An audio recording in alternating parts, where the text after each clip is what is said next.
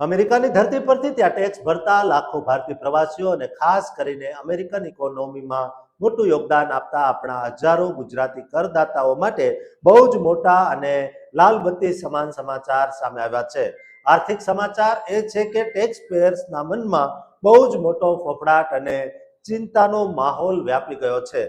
અમેરિકાની tax agency international revenue service એટલે કે IRS તરફથી કરોડો અમેરિકનોને કોરોના ડિઝાસ્ટર સમયગાળાના બાકી નીકળતા ટેક્સ રિફંડ ક્લેમ કરવા માટેનો આજે છેલ્લો અને આખરી દિવસ જાહેર કરાયો છે.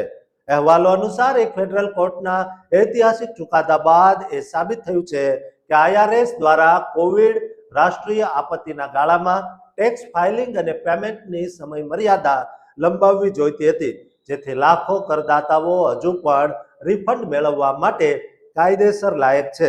પરંતુ નેશનલ ટેક્સપેયર એડવોકેટ એરિન કોલિન્સે બહુ જ મોટી ચેતવણી આપતા જણાવ્યું છે કે આ સરકારી રિફંડ કોઈ પણ કરદાતાને ઓટોમેટિક એટલે કે આપોઆપ મળવાનું નથી.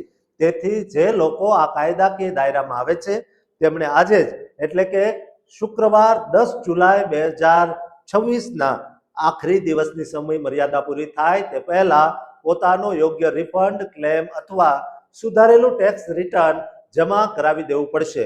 જો કોઈ પણ ટેક્સ પેયર આજની ડેડલાઇન ચૂકી જશે તો તે ભવિષ્યમાં કોર્ટનો આખરી ચુકાદો ગમે તે આવે તો પણ પોતાના હકના પૈસા કાયમ માટે ગુમાવી બેસશે. એરિન કોલિન્સે ટેક્સ પેયર્સને પોતાના તમામ જૂના હિસાબો અને નાણાકીય રેકોર્ડ્સ તાત્કાલિક ચેક કરવાની કડક કાનૂની સલાહ આપી છે. સત્તાવાર ગાઈડલાઈન મુજબ આ રિફંડ મેળવવા માટે 4 પ્રકારના લોકો મુખ્ય લાયક ઠરે છે, જેમાં પહેલું એવા કરદાતાઓ જેમણે કોવિડ આપત્તિ રાહત સમયગાળા દરમિયાન પોતાના ટેક્સ રિટર્ન ફાઇલ કર્યા હતા અને તેના પર સરકારી પેનલ્ટી કે વ્યાજ ચૂકવવું પડ્યું હતું. બીજું એવા લોકો જેમણે તે ગાળામાં મોડું ફાઇલિંગ કરવા બદલ પેનલ્ટી ચૂકવવી પડી છે અથવા હજુ પણ ચૂકવવાની બાકી દેખાય છે. ત્રીજું એવા વ્યવસાયો જેમણે ઇન્ટરનેશનલ ઇન્ફોર્મેશન રિટર્ન મોડા સબમિટ કર્યા હતા. અને ચોથું એવા તમામ સામાન્ય નાગરિકો જેમણે ડિઝાસ્ટર પીરિયડ દરમિયાન મળવાપાત્ર રિફંડેબલ ક્રેડિટ્સ, વિથહોલ્ડિંગ ક્રેડિટ્સ અથવા અંદાજિત ટેક્સ પેમેન્ટ જેવા મોટા સરકારી આર્થિક લાભો ક્લેમ કરવાનું સાવ ચૂકી ગયા હતા.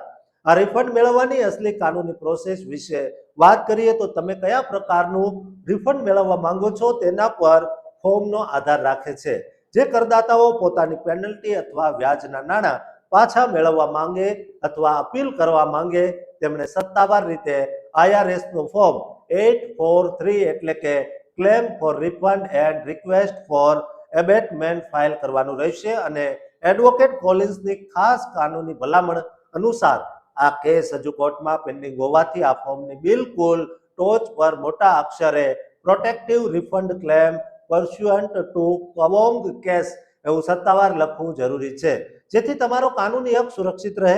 આ સિવાય જે કરદાતાઓ પોતાની જૂની આવક, ટેક્સ ક્રેડિટ્સ કે ડિડક્શનમાં સુધારો કરવા માંગે છે તેમણે તે વર્ષનું ઓરિજિનલ અથવા સુધારેલું ટેક્સ રિટર્ન ફોર્મ 1040X ભરીને કાયદેસર સબમિટ કરવું પડશે.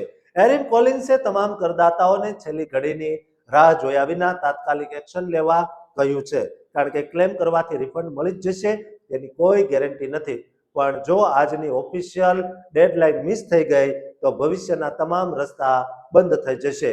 અમેરિકામાં વસતા તમામ ટેક્સ પેયર્સ માટે બહુ મોટો આર્થિક વળાંક સાબિત થયો છે.